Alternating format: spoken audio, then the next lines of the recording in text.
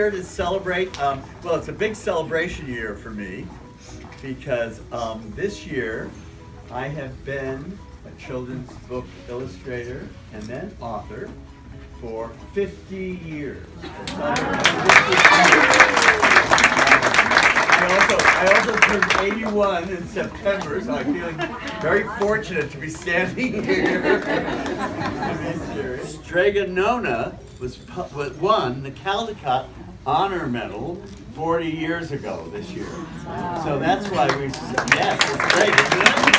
Yeah, who knew? I didn't know.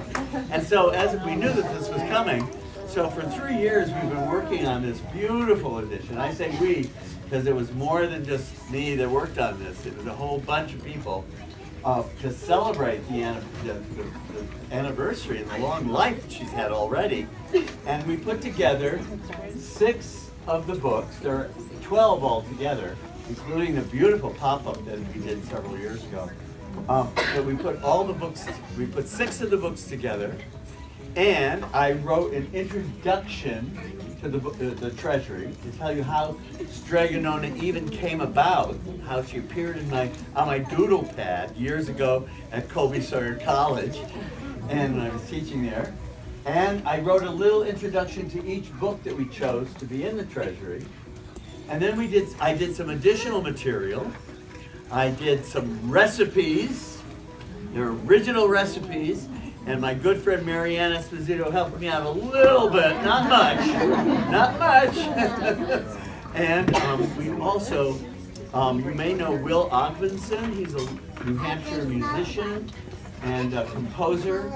And together we wrote a beautiful lullaby, Strega Nona lullaby, un piccola serenata, which means a little night song. And the lullaby, I illustrated the lullaby, and in the back of the book, if you play the piano or the guitar, there's the whole score for the lullaby. And ta-da! In the back of the book is a CD of the lullaby that's sung by a beautiful 3 or 4 people.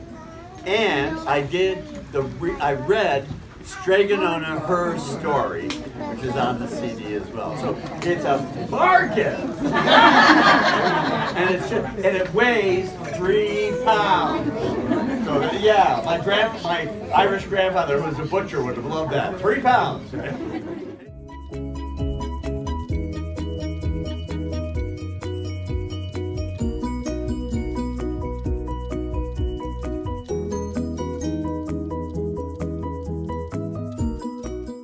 The next day, when Big Anthony went to the town square to fetch water, he told everybody about the pasta pot. And naturally, everyone laughed at him because it sounded so silly, a pot that cooked all by itself. Oh, you better go and confess to the priest, Big Anthony. They said, such a lie. And Big Anthony was angry, and that wasn't a very good thing to be. I'll show them, he said to himself. Someday I'll get the pasta pot and make it cook, and then they'll be sorry. That day came sooner than even Big Anthony would have thought, because 2 days later, Strega Nona said to Big Anthony, Anthony, I must go over the mountain to the next town to see my friend Strega Amelia. Sweep the house and weed the garden, feed the goat and milk her, and for your lunch, there is some bread and cheese in the cupboard. And don't forget,